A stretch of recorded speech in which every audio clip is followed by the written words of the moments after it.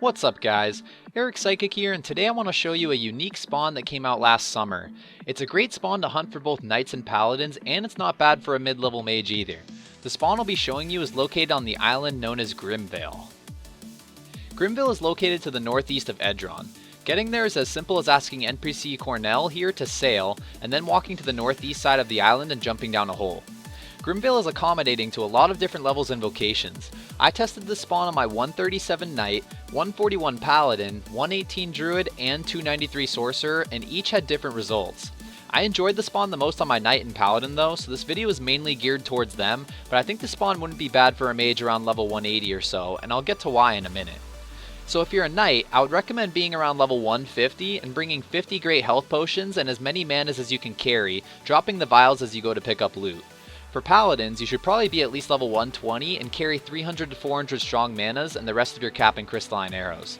For both vocations, wear equipment with physical protection. I mainly hunted the lower floors which don't have werebadgers, but if you hunt the upper floors you may want death protection since the werebadgers have a hard hitting death beam. Apparently the monsters here also have life drain attacks, but when I hunted here on my sorcerer, I didn't break a single garlic necklace in 25 minutes, so I don't think it's a necessity to have one. I hunted my knight here on the bottom floor due to the large groups of monsters, and I followed this route, avoiding the narrow hallway to the east because it only had like 2 werewolves in it, and making sure to hit these square rooms in the center.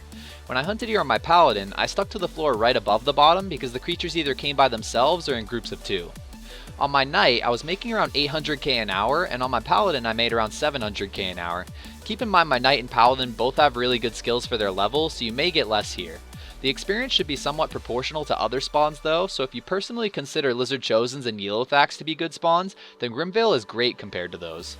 Hunting on a knight can be a little annoying because the werewolves constantly spam their summons, so you may have to use Exori or Exori Mass to clear out the spawns sometimes so the good monsters can get to you.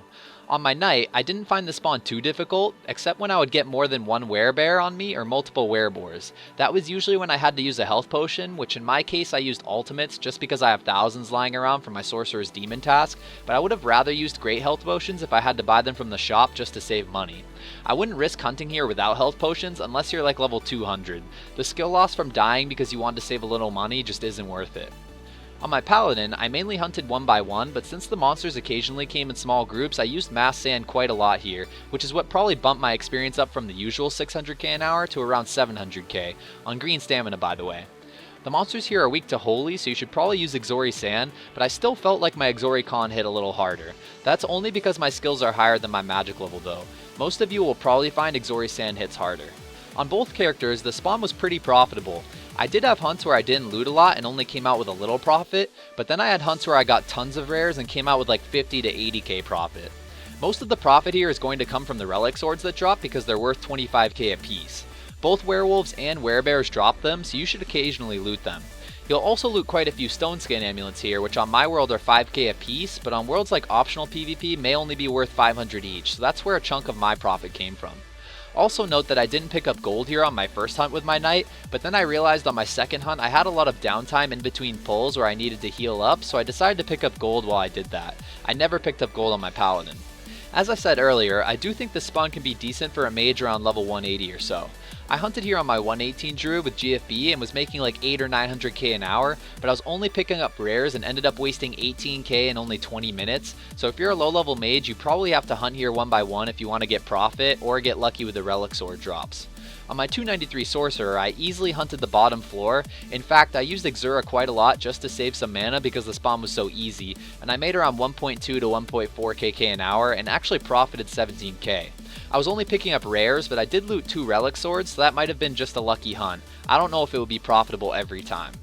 Also remember to bring flasks of rust remover with you when you hunt here. I looted around 20 rusty armors between all my hunts and got a knight armor and paladin armor from unrusting them, so that's a little extra money if you get lucky. Since healing on my knight was so difficult and hunting here solo on my druid wasn't so great, I definitely think you could pair the two and team hunt here on a low level knight and druid, probably around level 120 or so. I would hunt the bottom floor, and if you overhunt it you can move up to the floor above it while you wait for respawn. One last thing about this spawn is that there is a monthly event to it. Around the 12th to 14th of each month there is a full moon on Tibia and Grimvale starts to act a little differently. I haven't tested it much, but I read on Tibia wiki that when you mine the silver veins on the second to last floor, you can apparently use the green and blue tiles on the floor which heal you. Mining the veins while hunting would also be a good way to stock up on silver traps, which are required to kill Feroxa, the boss that spawns in Grimvale on the 13th through a portal on the bottom floor. Unfortunately, I've never killed the boss myself, so I can't really comment on it. Another thing is if you're hunting here during the full moon and you get transformed into a monster, you won't be able to leave Grimvale until you cure your sickness. To do this, you just need to pick one of the purple nightshades that spawn in the tunnels during the full moon phase and use it. You can't miss them, you run by at least one on your way back from hunting the bottom floors. The monsters in Grimvale also drop moonlight crystals during the event, which are used to enchant werewolf amulets and werewolf helmets. Moonlight crystals can sell for as much as 2k a piece on my world during the month when you can't loot them anymore, so that will definitely increase your profit a bit while hunting here on either the 12th, 13th, or 14th of the month. Alright guys, so that's it for Grimvale. I would definitely consider this spawn to be one of the better places to go on a knight or paladin. I actually saw a 300 paladin hunting the bottom floor while I was there above him on my paladin, so the spawn might actually be a good place to hunt with GFB and mass sand. I actually tried it on my paladin, but the experience was only like 800k an hour for huge waste, so I may try it again when I get a higher level and magic level since my GFBs were only hitting like 80 damage. Anyways, thanks a lot for watching, and I'll see you guys next time.